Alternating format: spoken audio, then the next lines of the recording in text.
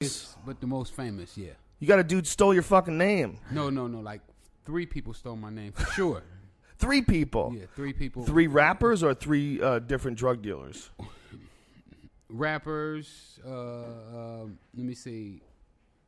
We know the guy who's probably the most famous out of all of them is William Roberts, who goes by Rick Ross. And he's the rapper that is a former corrections officer. Correctional officer. How hilarious is that? And they say he's the best gangster rapper ever. Better than Pac and Biggie. That's nonsense. And then we got my man who's cool, who I'm cool with, you know, and I don't mind him using parts of my name. Is Freeway out of Philly. And we also have it was a Freeway Rich out of Kansas City that did pretty good in the Midwest. There are also some guys right now out of Ohio who go by the name of the Freeway Boys. So that's 4 different groups that have taken my name and or my parts of my persona and used it.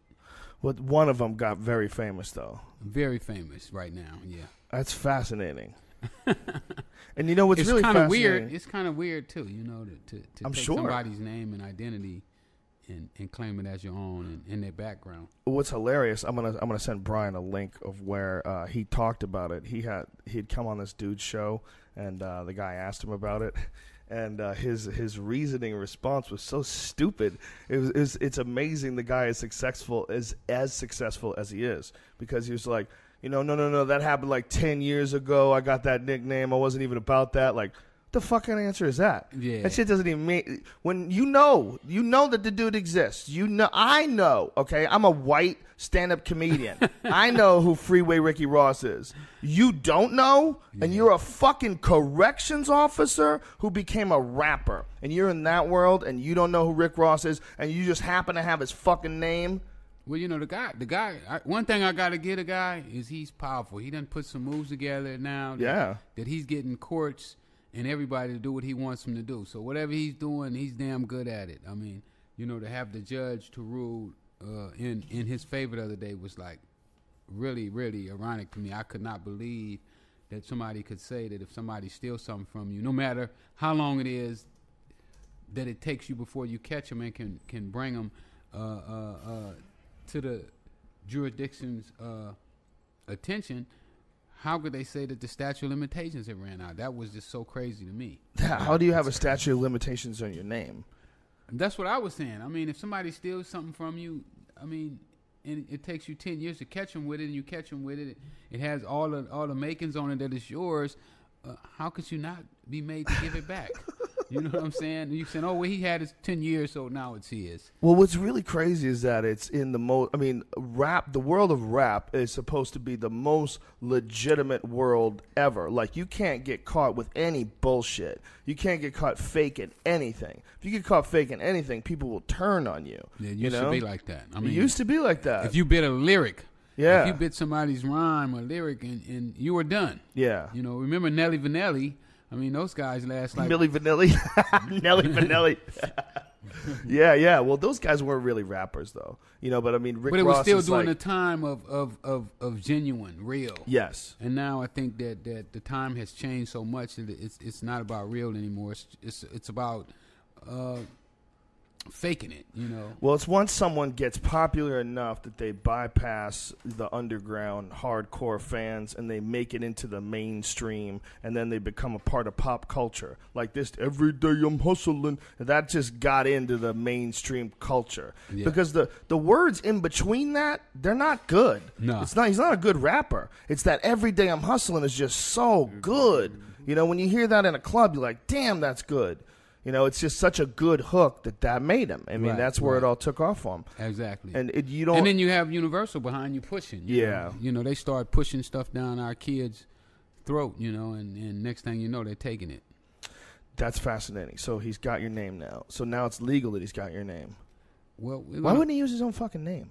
Rick Ross is just a name. You know what I mean? It's not like Star Child Beyond the Grave. You know what I mean? You don't have like some crazy fucking name. You know what I mean? What's his name? His real name? William Roberts. What's wrong with Bill Roberts? I don't know. How about Bill Roberts Bill III? Roberts. I'm ready to wrap it Rick up here. Ross. I mean, if Rick Ross sounds like a guy who sells you real estate. you could be like on one of those billboards that they have on the bus stops. You know, Rick Ross, with a big smile on your face. If my mom would have named me William Roberts, my name would be William Roberts. Yeah, you'd be Freeway Will Roberts. Exactly. What's wrong with that? Well, you know. Hey man, we can't hear you in the background. This ain't on microphone. Even that, every day I'm hustling is something that I used to say. He got that out of a book that Gary Webb wrote called Dark Alliance, and I was telling Gary that I'm hustling every day. So he took that and turned it into a song. So I mean, I don't know what it is with this guy. He tattooed my name on his hand. That's so strange. I mean, I'm a little. That's so strange. It's a little weird, And he used to be a corrections officer, which is really fucked up because to become a corrections officer, they're going to do a background check on you. Oh man, they're going to make sure you're not a felon. Squeaky clean. Yeah, you can't be this gangster dude and be a fucking guy who is a corrections officer. We should get his application and read what it says, what it takes to be a correctional officer, all the criteria. Yeah. How about the pictures of him with the outfit on? You've seen that? I saw those. Shit's ridiculous. I saw it with the smooth face. Yeah. What's really fucked up is there's a video of him, an old video of him, and you're on the video. You're on the beginning of it, and then he comes on like he knew who the fuck you were. He put you in his video, right? Yeah, but he said he didn't know who I was. Under oath, too. How do you not bring that video in and just stick that in his face and it should be case closed? Well, the judge didn't want to see that. Whoa. So is the judge just getting bribed? It must be. I mean, Has to be. It looks funny to me. How could you? That has to be bribery. 100%. That judge should be in jail. There's no doubt about it. If that's your fucking name, man. That's your fucking name. I mean, and to let this guy come in court and say that he never heard of me, That's hilarious. And how he invented the name, was like, wow. He gave us some elaborate story. Well, how he invented, when I heard him on this video, it was so stupid. He was like, no, the name came about like 10 years ago. Like, what does that mean?